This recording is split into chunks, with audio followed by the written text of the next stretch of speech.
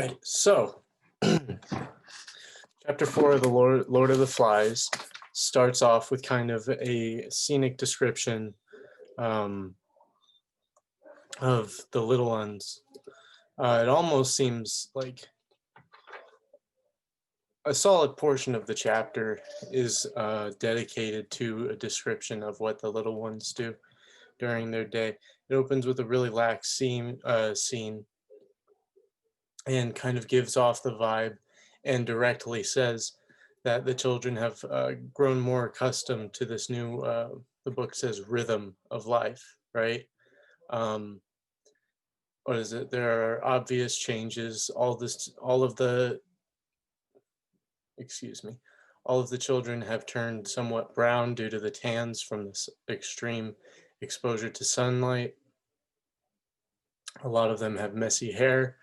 And this is all just kind of contextualizing how long they've been on the island without actually telling like the days. William Golding, I think, he does a good job in advancing time through character traits, and I think that's an interesting kind of point. It does, and so going back to the description of the little ones, it goes into kind of what they do, and the main four things that I pulled are they eat fruit and have diarrhea. They're scared of the dark and they huddle together at night because they're all scared of the dark. And they play and cry less than you'd expect for their moms. And that less than you'd expect is a direct quote, I think. I'm not sure. I know that there's a line in the story that has that direct feel. But yeah, and then you have the scene kind of switches because in the beginning it follows the point of view of Roger. Once it adopts a person's point of view, or the story follows around Roger, and Roger comes and plays with the kids. Or no, he comes to a meeting. He comes to the swimming hole, and there's some kids playing there, and he watches them play, and then Jack pulls him to the side and is like, "You got to see this." And Jack starts putting on war paint so that he can go hunt the pig, right? And so he puts on the war paint and he starts talking how the pigs can see me and the pigs can smell me. And so that's why he puts clay all over his body and he puts clay all over his face. Uh, it's kind of weird because he does put red and white clay and then a black slash across the face. I feel like that would be kind of, I don't know how the landscape is supposed to look. Maybe there's a lot of red and white, but it doesn't sound like good camo to me. But what the war paint does do is it does get the others to fall into line. And this is Jack starting a hunt that'll become more relevant later in the chapter, right? The only person who seems to have, like, Piggy has turned bright brown, but what is it, for some reason, the speaker notes that his hair is extremely wispy and hasn't grown in the same fashion that the other children's hair has grown, right? And for some reason makes a weird comparison um, to velvet on a young stag's horn. And I didn't really understand that because I feel like the stag is kind of a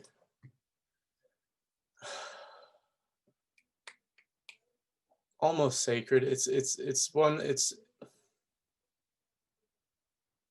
the sign of like a leader. It kind of, I feel it's got that kind of vibe to it. And so, or a strong type thing. It's one of those strong forest animals that can fight and do stuff like that. And so I'm not entirely sure why it makes that comparison. Maybe Piggy's head is really pointy on top. I'm not sure. Um, but when it comes to following Piggy and Ralph around, Piggy starts talking about a clock, and Ralph gets real upset because the speaker goes into a little more why the children don't like Piggy. He is seen as an outlier, I feel, in their situation because he has so many things that are different from the others. Like he's overweight, he has asthma, and as they say in the book, asthma, right? And that's how they write it out. Ath, asthma. Um, he's the only one to wear glasses, and he doesn't put in the same physical effort that the others do, right? And so they've kind of loaded him as this outlier that doesn't do the same things that they do, but also he is extremely boring and all his ideas are dull and he doesn't really have exciting ideas. And so the only way to have fun with him, the others feel, is to kind of pick on him, pull his leg and like rattle him a little bit, right? And so that kind of presents a problematic situation for them because the only way they feel correct in addressing him is kind of through teasing him. But then at that point, after the book kind of goes into why Piggy is different from the rest of the boys, Ralph sees smoke in the distance and it turns out to be a boat, right? But then Piggy turns to the mountain and he sees that there's no smoke coming from the top of the mountain. The people who were supposed to keep the fire going must have gotten preoccupied. In disbelief, Ralph sprints up to the top of the mountain while naked because he was swimming, right? And so he sprints up to the top, and once he gets to the top, he realizes the fire is out, dead, right? And within a few moments, the book brings up that Jack has arrived at the top of the mountain and they're carrying a pig. And Jack doesn't realize that since he pulled his guys, because remember, in the first few chapters, it was decided that the hunters would both maintain the fire and hunt, right? And so that's an important distinction that you have to make because Jack failed in allowing them to get rescued by pulling people off the fire team and putting them on the hunting team.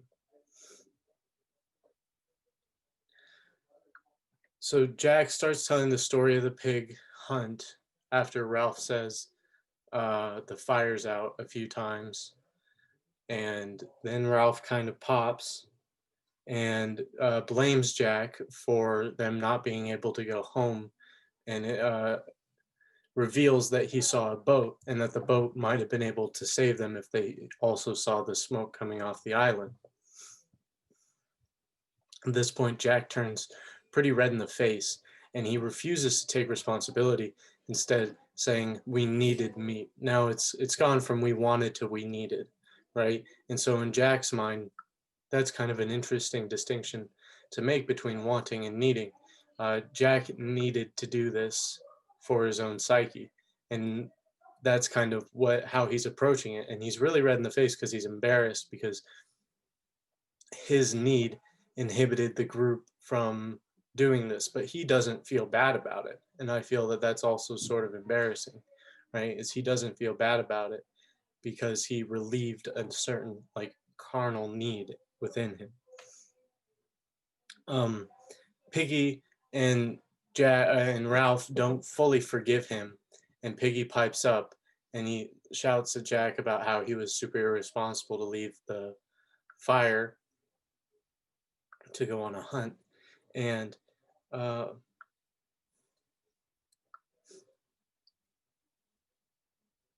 what is it? What is it? What is it? What is it? Oh yeah, Piggy pipes up, tells him he was irresponsible. Jack comes over and punches him in the stomach, and then Ralph comes over and slaps him in the head, knocking his glasses clean off and breaking one of the lenses, right? And so Piggy then is like, "This is your fault. Now I've only got one eye. You guys are gonna see what happens." And Jack chases him around, like threatening violence against him. I felt this was extremely out of place. And then the group started laughing.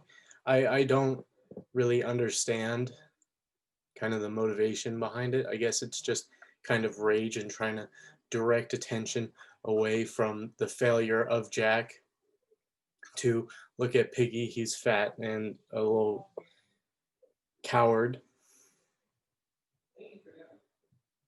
And then after they're done bullying Piggy, what is it? Jack apologizes um, because he does fully own up to it. He's like, I'm sorry about the fire. That's kind of all he says. And so it's not really a great apology on top of it. And then the chapter ends with Ralph saying that he wants to call a meeting. So that was my overview of chapter 4 of The Lord of the Flies. Thank you for watching. Please leave a like, comment, and subscribe if you haven't already. And have a good day.